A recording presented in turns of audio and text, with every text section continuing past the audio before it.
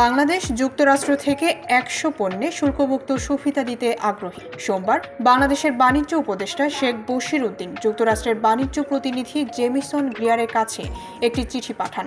এই চিঠিটি যুক্তরাষ্ট্রের ৩৭% পাল্টা শুল্ক আরোপের পরিপ্রেক্ষিতে পাঠানো হয়। বাংলাদেশ কি শুধুমাত্র যুক্তরাষ্ট্রের জন্য শুল্ক কমাতে পারবে?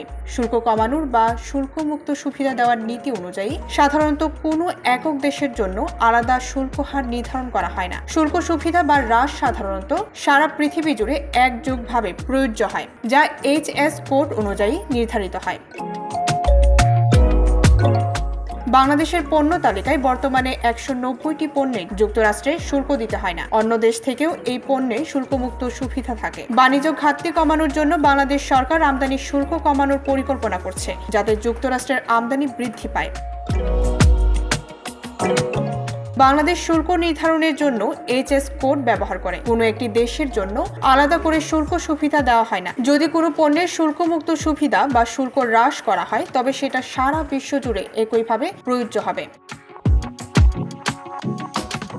বাংলাদেশ সরকার যুক্তরাষ্ট্র থেকে আমদানি হওয়া ১০০টি পণ্যে শুল্কমুক্ত সুবিধা দেওয়ার কথা ভাবছে, যার মধ্যে রয়েছে গ্যাস টারবাইন, সেমিকন্ডাক্টর, চিকিৎসা সামগ্রী ইত্যাদি। যদি বাংলাদেশ গাড়ি আমদানিতে শুল্কমুক্ত সুবিধা দেয়, তাহলে শুধু যুক্তরাষ্ট্রের ফোর্ড ব্র্যান্ডের গাড়িই নয়, অন্যান্য দেশ যেমন জাপান, কোরিয়া, ভারত ইত্যাদির গাড়ি বিনা শুল্কে বাংলাদেশে আনা যাবে। এর ফলে বাংলাদেশের গাড়ির বাজার সম্প্রসারণ হতে পারে, যেখানে দাম, ক্রেতাদের ক্রয় ক্ষমতা, যন্ত্রাংশের প্রাপ্যতা এবং গাড়ির মানের মতো বিষয়গুলো গুরুত্বপূর্ণ ভূমিকা রাখবে।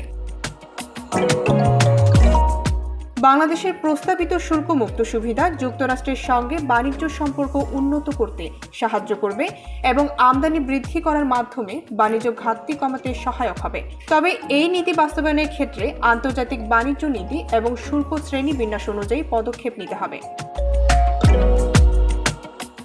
ডেস্ক রিপোর্ট, ভোরের পাতা।